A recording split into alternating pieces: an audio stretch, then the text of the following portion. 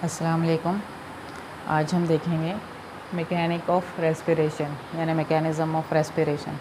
Last lecture में हमने anatomy of respiration देखा था, जिसमें overall anatomy of respiratory tract हमने पढ़ा था। अब देखते हैं कि मैकेनिक ऑफ रेस्पिरेशन में क्या आता है। मैकेनिक ऑफ रेस्पिरेशन में सबसे पहले समझना ज़रूरी है व्हाट इज़ ब्रीदिंग। ब्रीदिंग को पुल्मोनरी वेंटिलेशन भी कहा जाता है।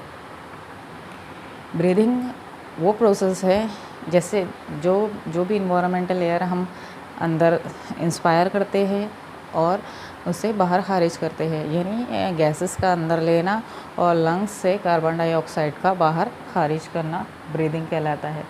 ब्रीदिंग का प्रोसेस 1 मिनट में 12 से 15 बार होता है और ब्रीदिंग प्रोसेस डिपेंड करता है 2 कंडीशन पे, एक इंस्पिरेशन, दूसरा एक्सपिरेशन। तो हम यहाँ पे देखेंगे इंस्पिरेशन और एक्सपिरेशन और इसमें यूज़ होने वाले मसल्स। इसमें 2 टाइप के मसल्स यूज़ होते हैं।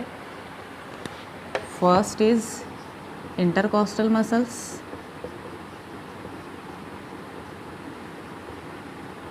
And second is diaphragm.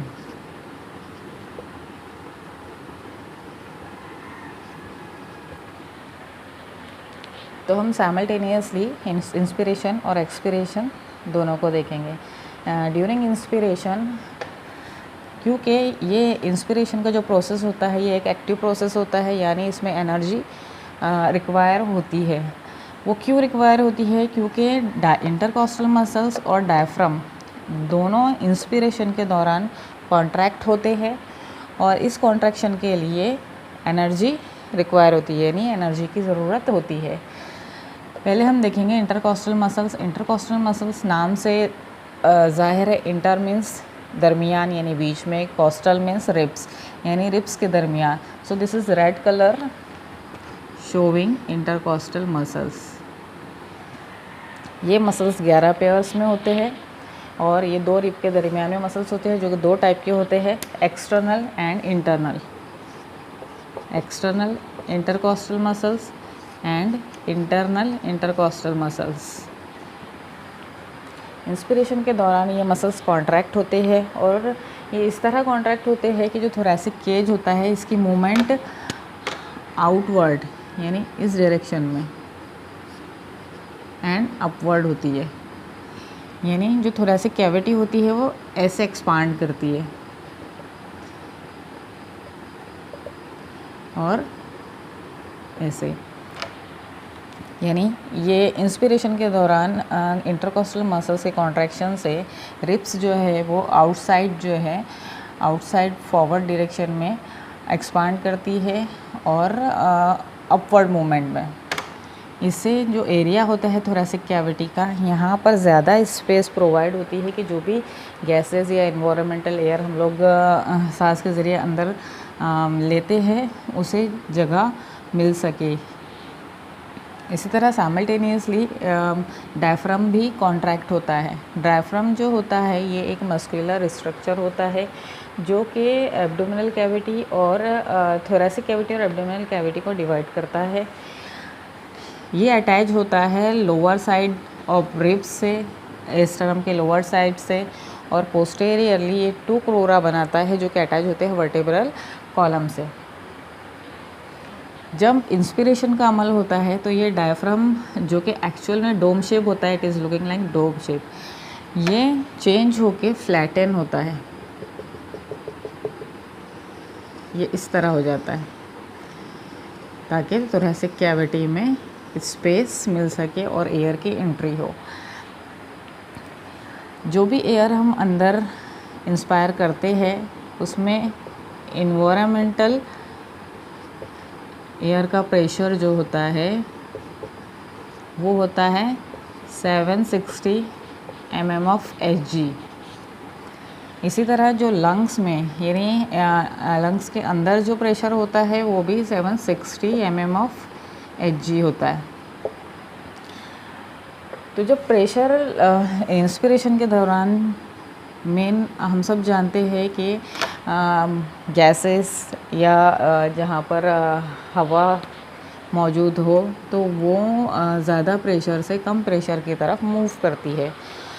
तो जब इंटरकॉस्टल मसल्स का कॉन्ट्रैक्शन होता है, साइमल्टेनियसली डायफ्राम कॉन्ट्रैक्ट करता है, तो थोरेसिक कैविटी में जो है प्रेशर कम हो जाता है। इस प्रेशर के कम होने से जो इन्वायरमेंटल प्रेशर है वो ज़्यादा होने से वो इंटर करता है लंग्स में।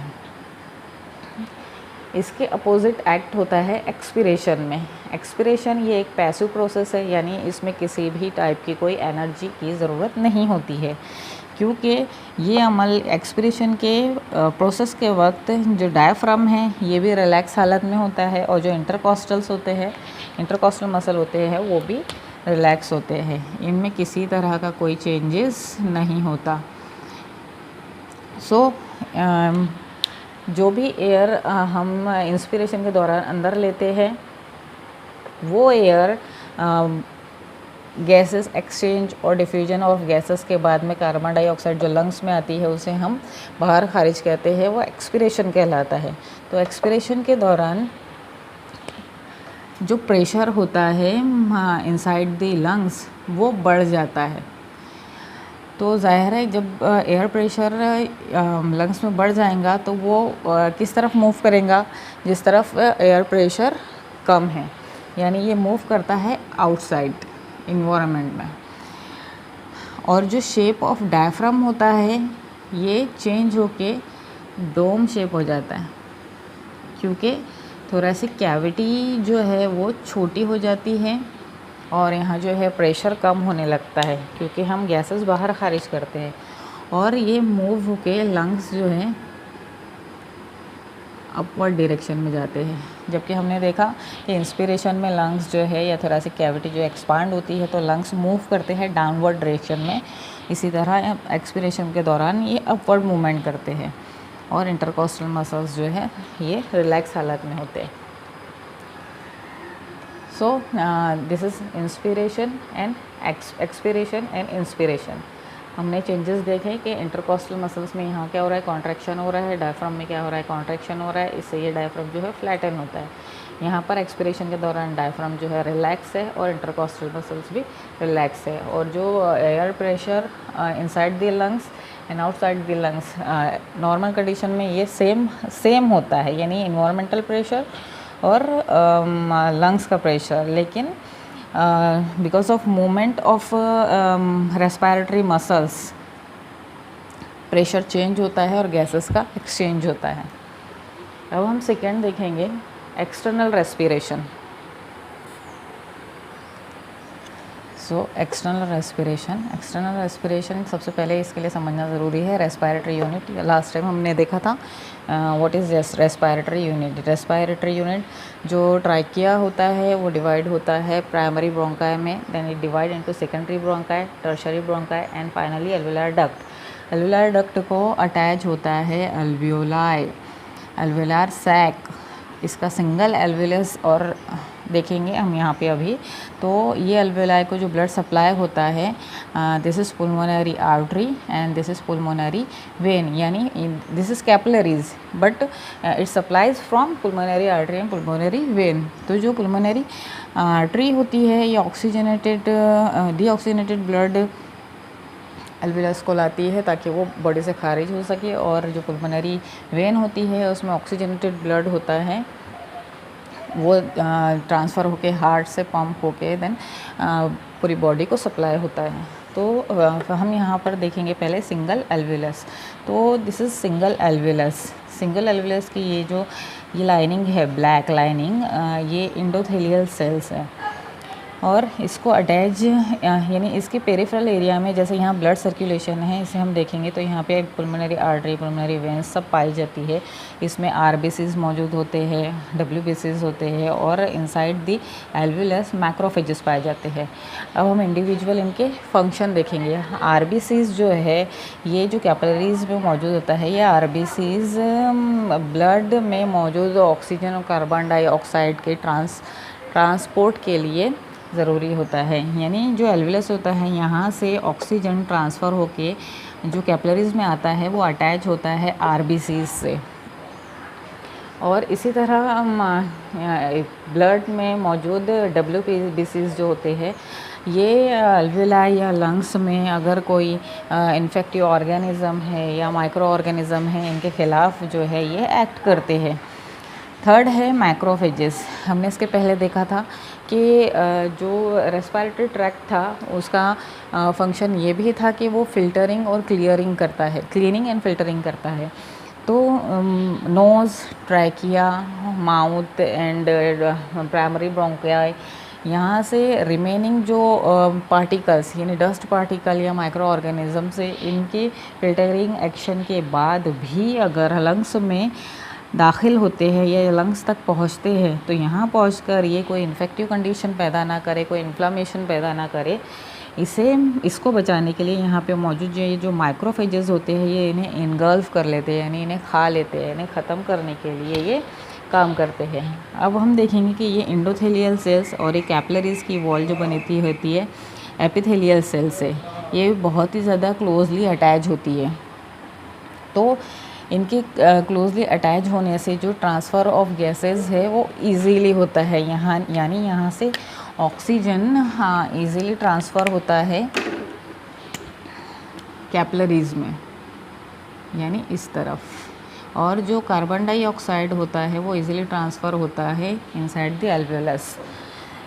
लास्ट टाइम मैंने बताया था कि जो एल्वेलस होता है ये 2 टाइप के सेल से बना होता है, टाइप 1 एंड टाइप 2। तो टाइप 1 सेल जो होता है वो हेल्पफुल होता है ट्रांसफ्यूजन या डिफ्यूजन ऑफ गैसेस के लिए, यानी ऑक्सीजन और कार्बन डाइऑक्साइड के डिफ्यूजन के लिए। एंड सेकेंड टाइप ऑफ जो सेल होते हैं एल्वेलस के, वो एक टाइप का सरफेक्टेंट रिलीज़ करते हैं। वो सरफेक्टेंट जो होता है सरफेस टेंशन को मेंटेन करता है ताकि इजीली ऑक्सीजन और कार्बन डाइऑक्साइड का डिफ्यूजन कैपिलरीज और एल्वेलस के दरमियान हो सके। होप सो आपके समझ में आया होगा। अब हम आगे देखेंगे कि गैसेस एक्सचेंज कैसे होता है और इंटरनल रेस्पिरेशन कैसे होता है।